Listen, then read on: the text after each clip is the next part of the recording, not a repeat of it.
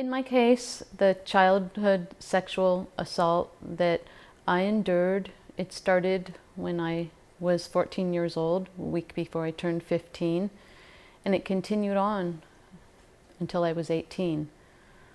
At the time, I didn't understand how wrong it was.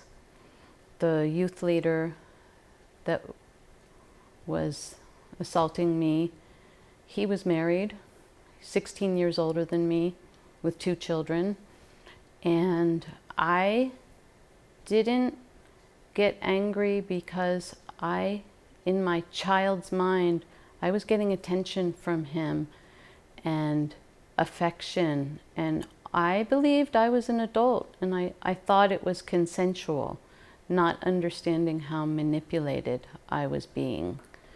So when I finally got into my 20s and I looked back on that situation and realized, oh my God, how horrible to do that to a child, there really was nothing that I could do because the statute of limitations was over. So with the new law, AB 218, I was able to start a legal process. I contacted Michael Fiumara. I spoke briefly with the receptionist on the phone, and really unbeknownst to me, I didn't know just saying I was a survivor of childhood sexual trauma 37, 40 years ago now, that I would get upset and start crying. I had no idea. And I was really thankful that the receptionist, she just was calm and she didn't rush me. She said, oh, of course I said, oh, I'm sorry, I'm crying. She said, no, that's fine, and take your time.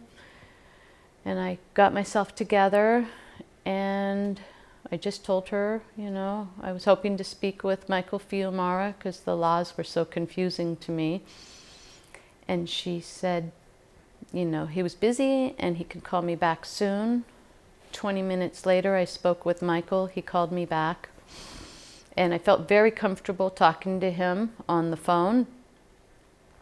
My basic distrust of men, people, I thought, well, maybe that's just a phone voice. But when I went in and met him in his office, I felt very comfortable talking to him. I felt at ease, and I have told people through this 40 years what happened to me.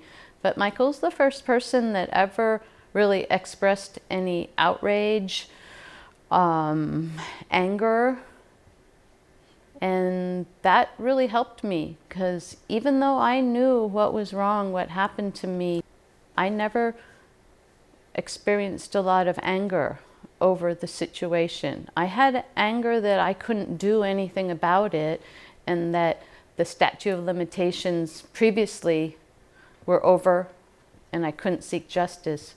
But the actual abuse, I never had anger over until I heard Michael become angry, and then I started going through counseling, and that helped me to release some of that. I guess it was just repressed, all the emotions that can become repressed over that kind of experience.